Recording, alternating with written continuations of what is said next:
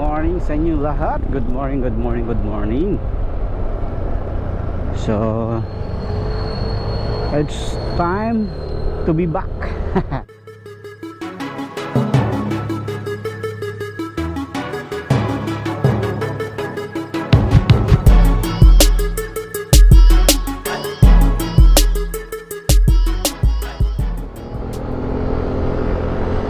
Yo, what's up mga kaduit. Ayan, good morning sa inyo lahat. Good morning, good morning, good morning.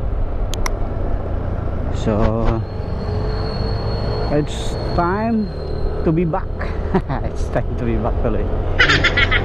So medyo matagal tayong hindi nag-vlog sa motovlogging kasi wala naman tayong pinupuntahan. So naging busy rin tayo sa mga gawa natin sa shop, kaya hindi ko na naasikasuhang mag-vlog sa labas. Ayan, since tayo ngayon ay free at wala tayong gagawin, ay mag-vlog muna tayo para meron tayong may upload mamaya. Ayan, so it's a Saturday morning. Saturday, Friday pa lang pala ngayon, hindi Saturday. It's a Friday morning. Mas malupit ngayon mga kaduit, unlike before nung mga nakaraang taon na every Saturday lang tayo walang pasok. So ngayon ay kasama na Friday. Oh no! Napakadalang nating magkaroon ng pasok ng Friday. Pero on Saturday always no work. Kaya nag-focus tayo sa shop na dahil may mga tropa tayong pupunta. So ngayon meron sana ako naka-schedule na refresh ng Mio, kaya lang kahapon pag uwi nung tropa natin sa bahay nila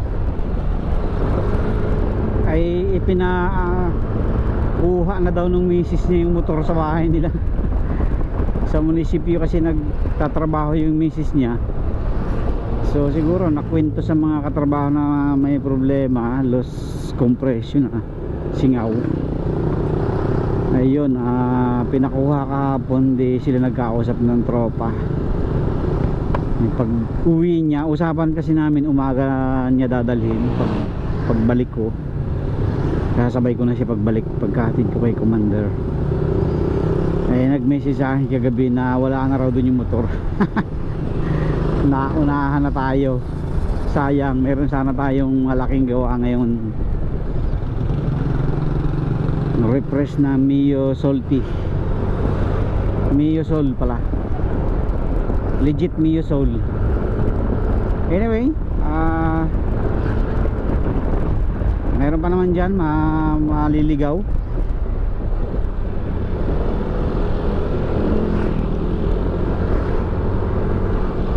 So gagawin lang muna natin ngayon ay maghahatid tayo. Ayan, maghahatid tayo kay Commander sa trabaho niya.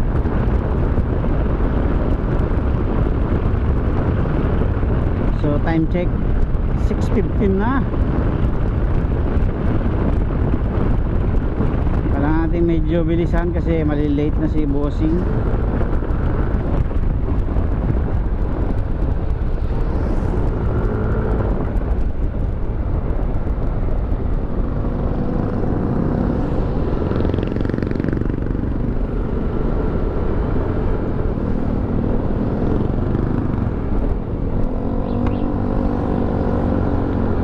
Nandito na tayo sa Sana Mayor, Tansa, Cavite. Kaya taga Cavite ka pala ako mga kaduit.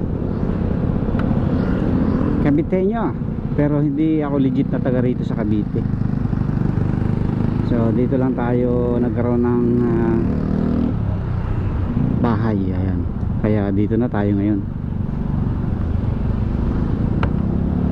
So ako talaga ay taga Quezon. Ayan, sa lahat ng mga matatagal na nating mga viewers, marami tayong vlog pauwi ng Quezon at pauwi ng Bulacan.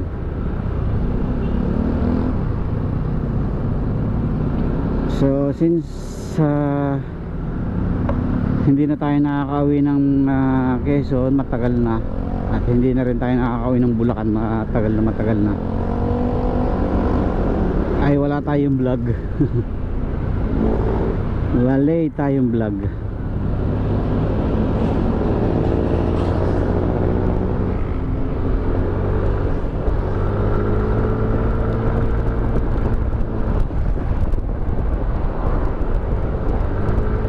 So medyo natagalan na tong camera ko na hindi nagagamit. Last time na chinek ko, nawala yung audio nya, yung speaker. Dati kapag nagre-replay ako ng video dito, pag pinilay ko, may sound. So last time nung piniplay ko, wala. Ayaw niya mag-play ng, nagpi-play siya pero wala siyang sound. So naapektuhan na sa, siguro sa tagal na naka-stuck. Tagal ko na hindi nagbablog, may 6 months na yata, 5 months, no? Last time na vlog natin nung umuwi ako ng Quezon nung April. October na ngayon, di ba? 6 months, almost 6 months na.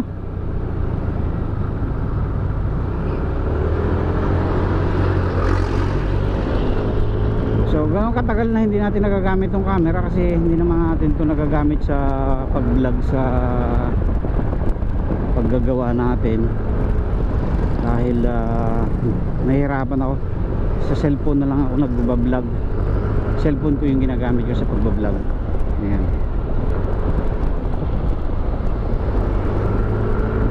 So, kapag ito kasi yung gagamitin ko, yung mga malapitang content, parang sobrang layo. Yung malapit na capture, yan, parang sobrang layo, kaya mahirap siyang ipang vlog ng sa ano natin, mga DIY natin.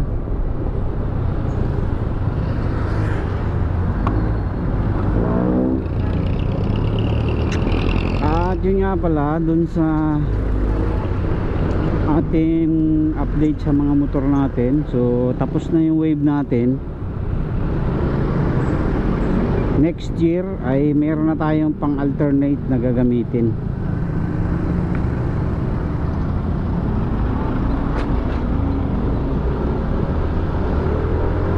So yung barako kasi natin ay iuuwi na nung kapatid kong bunso pag umuwi siya galing New Zealand. So iuwi na niya sa Quezon. So sasaulian na lang daw niya ako doon. So mangyayari, babalik ng Mulanay yung ating barako. Balik Mulanay. Tapos may iwan na lang sa atin yung wave tsaka itong NMAX natin, dalawa palitan, para hindi bugbog. 35,000 na itong natakbo ng NMAX natin sa loob ng 3 years and 8 months. March, April, 3 years and 8 months, 35,000. So bugbog na bugbog. Start no nawala yung Mio natin, ay ito na talaga yung nagagamit natin. Unlike before na 3 days nito, minsan nga kapag tag-ulan hindi pa natin ito nagagamit. Ang ginagamit natin na yung Mio. So yun nga lang, nung nabenta natin yung Mio ay naging ito na talaga yung pang daily use natin. Kaya bugbog siya. 35,000. Magpapalit na naman tayo ng bagong fuel filter. Kasi last time na nagpalit tayo parang 16,000. So plan ko pagka wala akong gawa ng Sunday ay magpapalit ako ng fuel filter.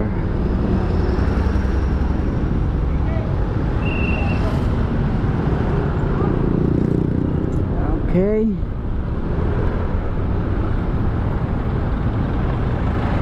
Hilux.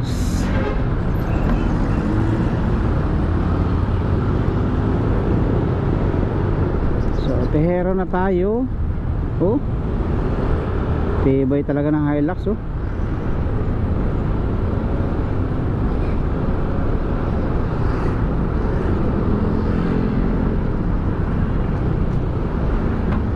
Kung luluobin tayo magkaroon ng pickup, gusto ko yung Hilux o kaya D-Max. Ayan, ali siya dalawa. Kaya lang mas mahal yata ang D-Max, no? O mas mahal ang Hilux. Hindi ko, wala akong idea sa price niyan eh.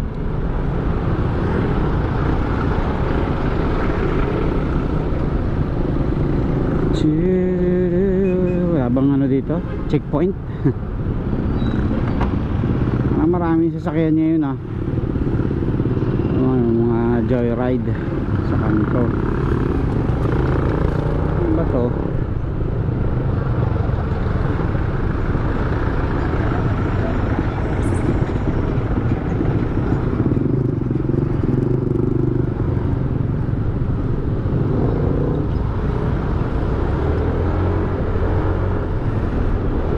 Napakarami na ng mga e-bike ngayon, mga kaloy sa kalsada oh. So tuwan-tuwa ang China sa atin. Siguro ang e-bike dito almost 80% galing ng China.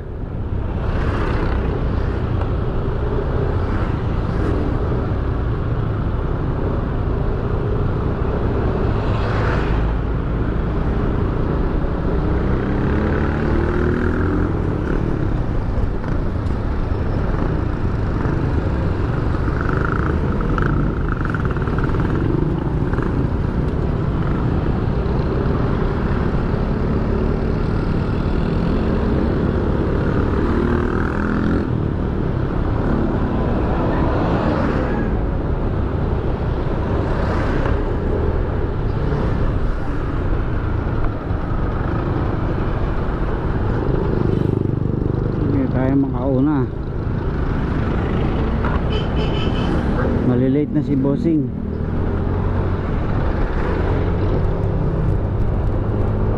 Rosario.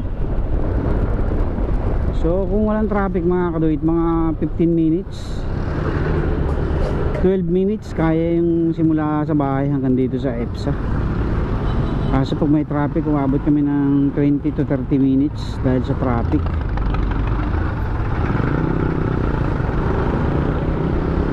Pero abot pa naman si Commander. Advance kasi yung relo natin dito sa NMAX natin. Advance ng I think 10 minutes or 11 minutes.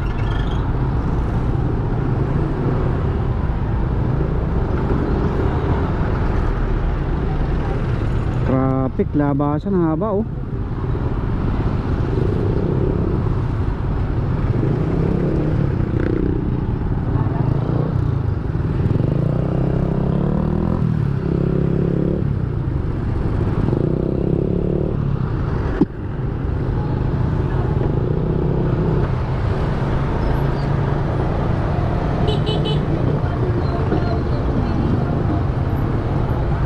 So mamaya pala pag sundo natin kay Commander ay dadaan tayo sa mall.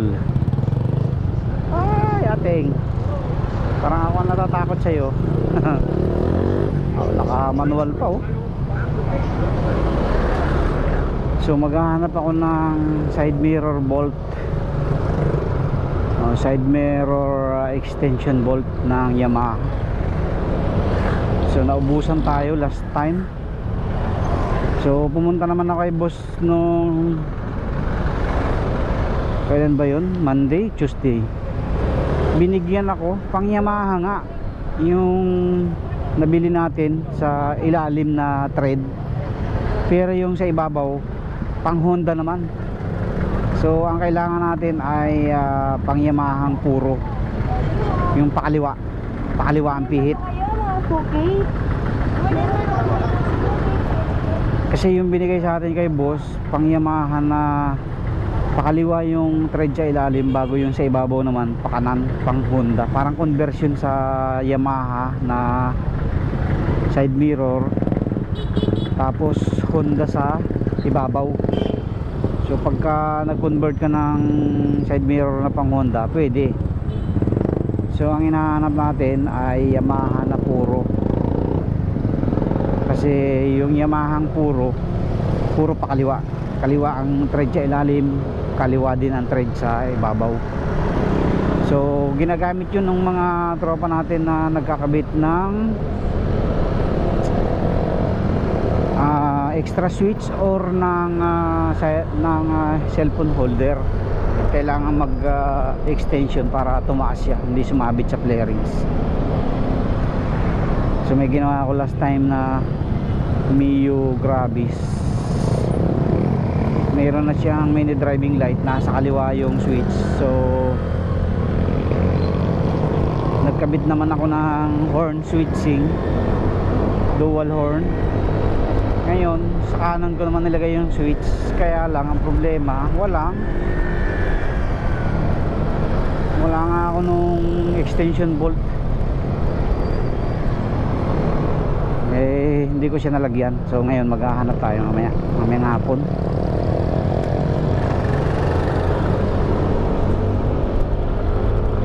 So 5 minutes pa naman bago maliit si Commander. Abot pa yan, mga 2 minutes na lang nandun na tayo.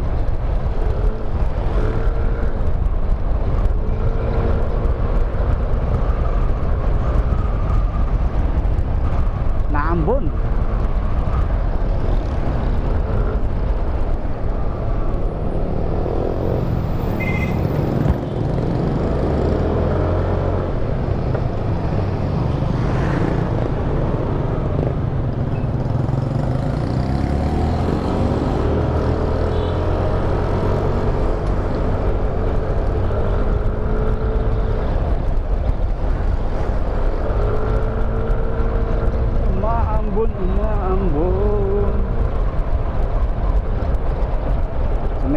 Kasi may bagyo, kaya lang medyo malayo yung bagyo,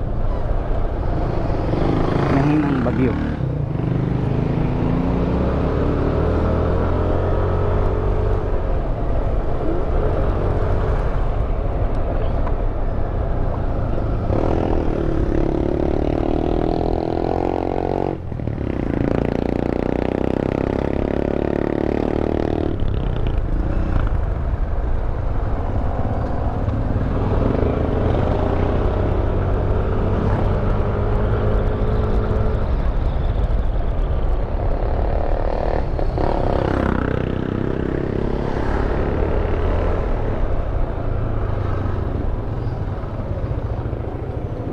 Okay. Dito ka sa bandat, baka masagi ka dyan ng tricycle.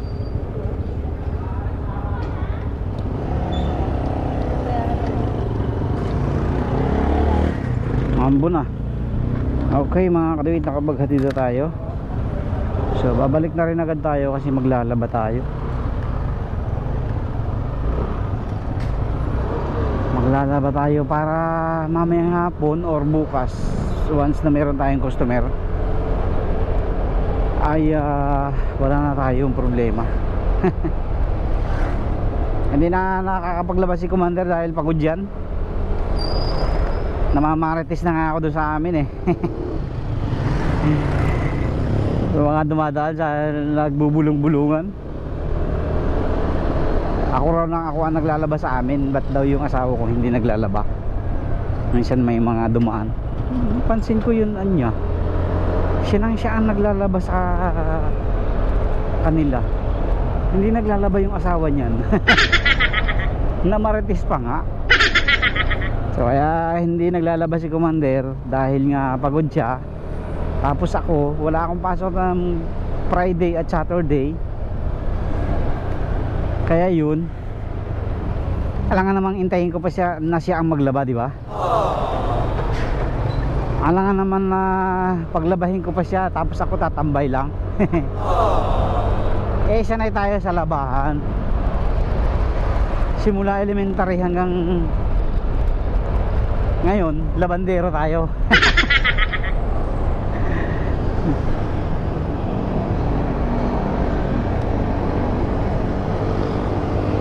So kaya maglalaba tayo ngayon.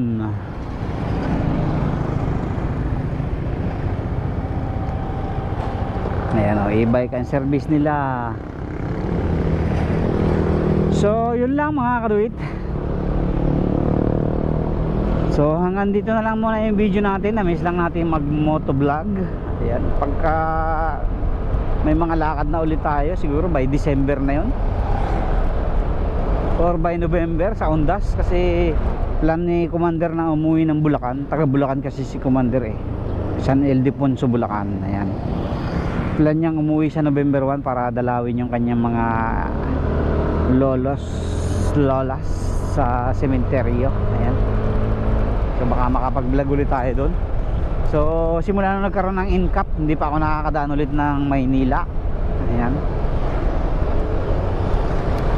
So thank you very much. Shout out po sa inyong lahat, sa lahat ng mga solid subscribers natin sa YouTube.